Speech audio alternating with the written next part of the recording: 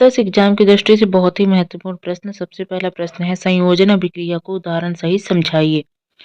संयोजन अभिक्रियाएं वे रासायनिक अभिक्रियाएं जिनमें दो या दो से अधिक तत्व या यौगिक संयुक्त होकर एकल उत्पाद बनाते हैं। उन्हें कौन सी अभिक्रिया कहलाती हैं? संयोजन अभिक्रियाएं कहलाती हैं। उदाहरण NH3 प्लस HCl तो NH4Cl। यहाँ पर क्या हो प्रकार का संयोजन अभिक्रिया बनाया गया है। अपघटन या वियोजन से आप क्या समझते हैं? अपघटन मतलब उनका टूट जाना यानी कि बिखर जाना। वे रासायनिक अभिक्रियाएं जिनमें एक अभिकारक टूटकर दो या दो से अधिक छोटे उत्पादों में विखंडित हो जाता है, अपघटन या वियोजन अभिक्रियाएं कहलाती हैं। 2KClO3 उष्मा 2KCl और 3O2। उसके बाद आता है विस्थापन अभिक्रिया किन्हें कहते हैं? उदाहरण सही समझाइए। वे अभिक्रियाएं जिनमें क्या होता है? वे अभिक्रियाएं जिनमें अभिकारकों के बीच आयनों का आदान प्रदान होता है, द्विविस्थापन अभिक्रियाएं कहलाती हैं। BaCl2 aqua plus Na2SO4 aqua solution BSO4 plus 2NaCl। उपापचयन रेडॉक्स अभिक्रियाओं से आप क्या समझते हैं?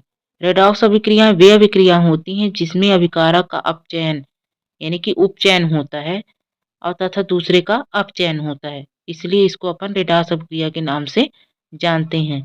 Fe2O3 plus 3CO 2Fe plus 3CO2।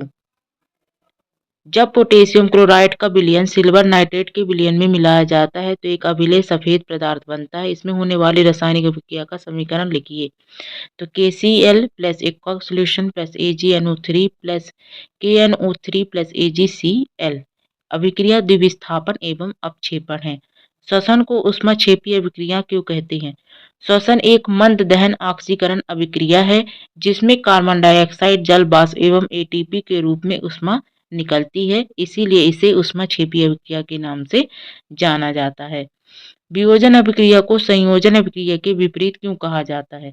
वियोजन अभिक्रिया में एकल अभिकर्मक टूटकर दो या दो से अधिक उत्पाद बनते हैं, जबकि संयोजन में दो या दो से अधिक अभिकर्मक संयुक्त होकर एकल उत्पाद बनाते हैं। जस्ट अपोजिट होता है। इसलिए वियोजन में calcium carbonate CaO plus CO2, संयोजन में 2Mg प्लस O2 2MgO। उसके बाद आप आ जाइए, यहाँ पर पढ़िए कि लोहे की वस्तुओं पर हम पेंट क्यों करते हैं।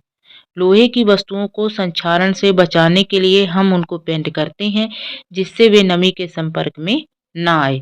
तेल एवं वसायुक्त पदार्थों को नाइट्रोजन से प्रभावित क्यों किया जाता है?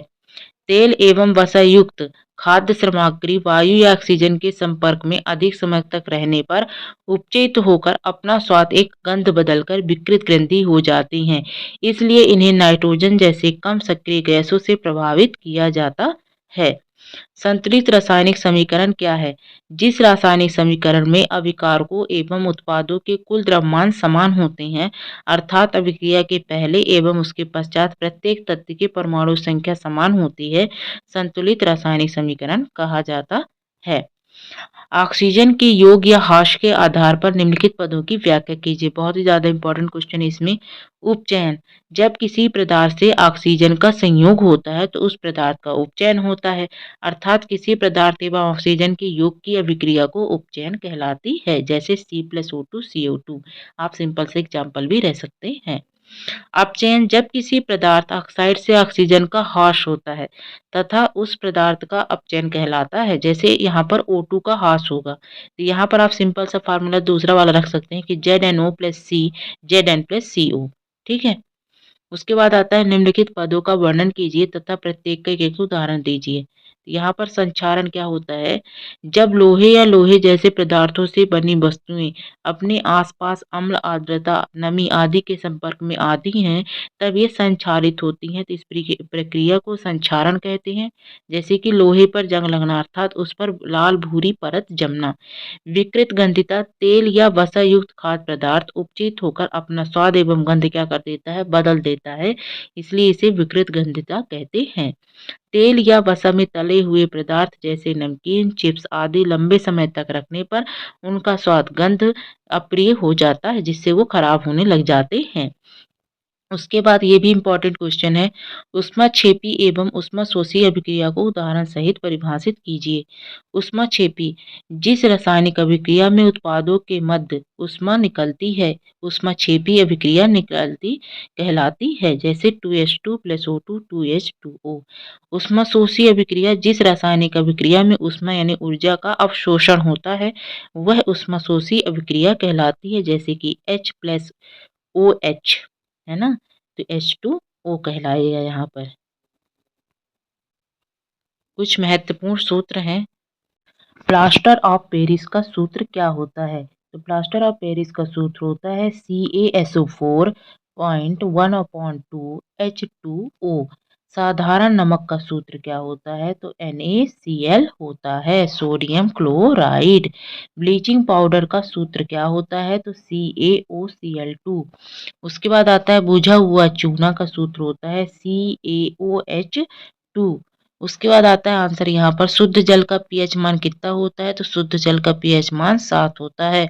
अम्लों के पीएच मान की परिसर क्या है, या अम्लीय विलयन के पीएच का मान क्या होता है? तो 7 से कम होता है।